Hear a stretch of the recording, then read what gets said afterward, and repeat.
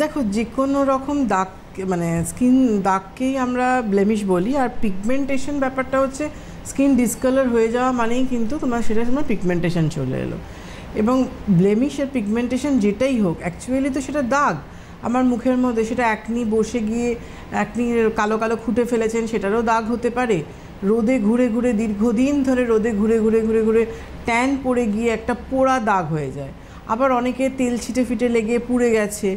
এছাড়া যেটা মেছেদা আমরা বলি, যেটা এক কথা ব্লেমিশ বলতে মেছেদাকে বোঝায়, যে দুটো গালের কাছে একটা ব্লাশনের মতো ব্রাউন কালার হয়ে গেছে, সব ওটা কিছুতে যাচ্ছে না। অনেকের আবার নাকের কাছটা কালো হয়ে যায়, দেখবে এখানটা, অনেকের আবার এই নাকের এই হাড়ের এখানটা হয়। এগুলো কিন্তু ব্লেমিশ জিনিসটা বেশিরভাগ দেখবেন, আপনারা নিজেরাও ঘরে নোটিস করবেন, এটা মাসেলের মধ্যে হয়, যেটা অ্যাকচুয়ালি ডিপ ডার্ক ডাউন হয়, মানে দাগ যেটা চলে আসে। আর পিগমেন্টেশন ছিট যেটা অ্যাকচুয়ালি ওটা না অনেকে এখানে ফোন করে বলে তিলের মতো, যখন তিল বলে তখন কিন্তু আমি এখানে বলি যে তিল হলে কিন্তু পুরোপুরি যাবে না, লাইট হয় তিল। এবার অনেকে উঁচু উঁচু থাকে, সেটা লেজার করতে হয়, অন্যান্য ট্রিটমেন্ট করে তোমায় তুলতে হয়, কিন্তু সেটা তোমার প্রপারলি যাবে না। কিন্তু তোমার যদি মুখের মধ্যে ব্লেমিশ পড়ে গিয়ে থাকে, পিগমেন্টেশন আসে, যে কোনো রকম পোড়া দাগ কিংবা একনির দাগ রয়েছে, আমাদের পুজো চলে আসছে এবং আর হাতে গোনা দিন, অলরেডি আমরা এখন শপিংয়ে বেরিয়ে পড়েছি, সব কিছু করছি, তার সাথে সাথে স্কিন কেয়ারটাও কিন্তু হেয়ার কেয়ারটা আমাদের দরকার।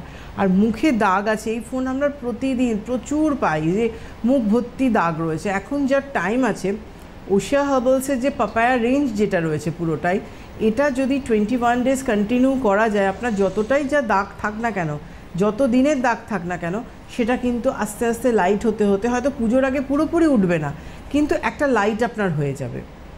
এবং সেখানে যখন আপনি কালার্স রেঞ্জ দিয়ে কভার করছেন, সেটা আপনি কনসিলার দিয়ে হোক কিংবা ওশিয়া হার্বালসের ফাউন্ডেশন স্টিক দিয়ে, দাগটা কিন্তু বোঝা যাচ্ছে না।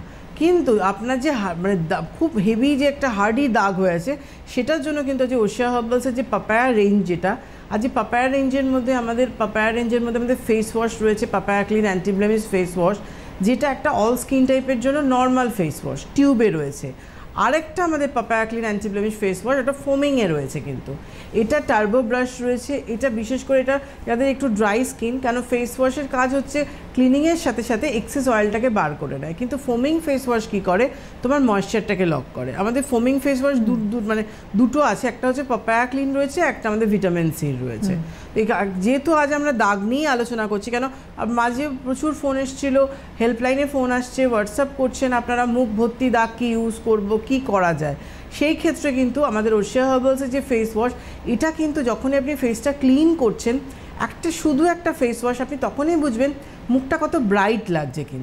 কিন্তু তুমি পুরোপুরি কিওরের জন্য কিন্তু আজকে ওশিয়া হার্বালসের পাপায়া সেরাম রয়েছে, পাপায়া ব্লেমিশ ক্রিম রয়েছে, এবং ক্রিমটা অল স্কিন টাইপের জন্য, এবং পাপায়া ব্লেমিশ যে জেলটা আমরা এনেছি, এটা কিন্তু এবারে অল স্কিন টাইপের জন্য এনেছি, কিন্তু ফর্মেশনটা আলাদা। যারা ক্রিম ইউজ করছেন তাদের জেল করার দরকার নেই, যারা জেল করছেন তারা ক্রিম করবে না। আর আরেকটা যেটা আমরা পাপায়া জেল ক্রিম এনেছি, ওটা কিন্তু এটার থেকে পুরো ডিফারেন্ট প্রোডাক্ট, ওটা 11 in 1 রয়েছে, ওটা জাপানিজ টেকনোলজি তৈরি রয়েছে, ওটা কিন্তু আপনার প্রোটেকশনের জন্য কিন্তু রয়েছে। একদম।